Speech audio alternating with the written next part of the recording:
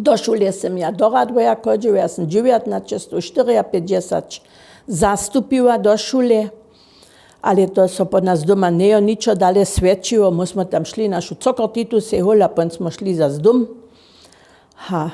Na druhý deň do šule moja prejnia riadownicka wučarka je bola Knini Velsova. Ta je tiež v Radvoju napřečo šuli bydliła, tam také lepšiu vilu miała. Po ňo bola Knini Ficina, moja riadownicka wučarka, v 2. letniku, 3. letniku Knini Kilanova, 4. Knini Jakubašova a 5. Knini Kubašec.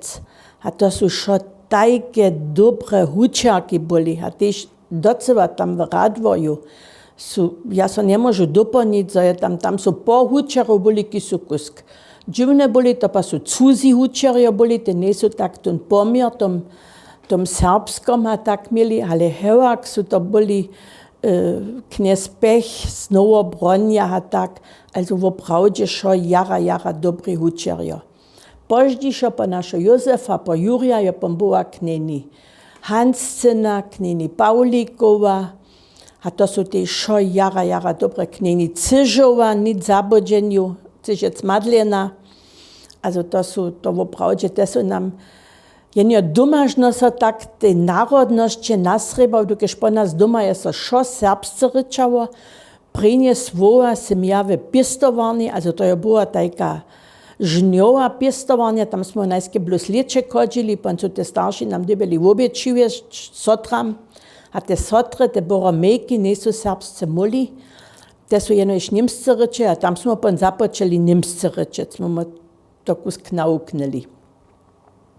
Ale do šule som ja do Ariadonia zastupila, a dženca so o tom reči, že sú te riadone přemavke, my smo ten jeno iš 9 dzieci boli, 1954, a sme jednu riadoniu, a sme až do 7-letnika sami boli, a v 7-letniku sme pon z Niemski riadoniu romadže šišli.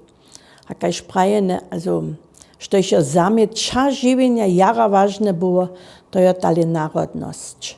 Za jen tu nábožnosť církej podľa se tým dňam, to samo zrozumliwe, za jen do církve šel Knini Velsova, ta je samo prvním letniku z nami chodila Sjatom Rovi, ta je chodila z nami Božom národkej do církve, a tu kniez Janakec Korla tu njo so mnou chodil, a tu njo dobiał sobu hič. A tu njo šec pravi, když du ja uznať, ja sam rozsudiť šmuc, pon du ja tej katolski vodvač. Ale to je so ponkus nimo kulivo.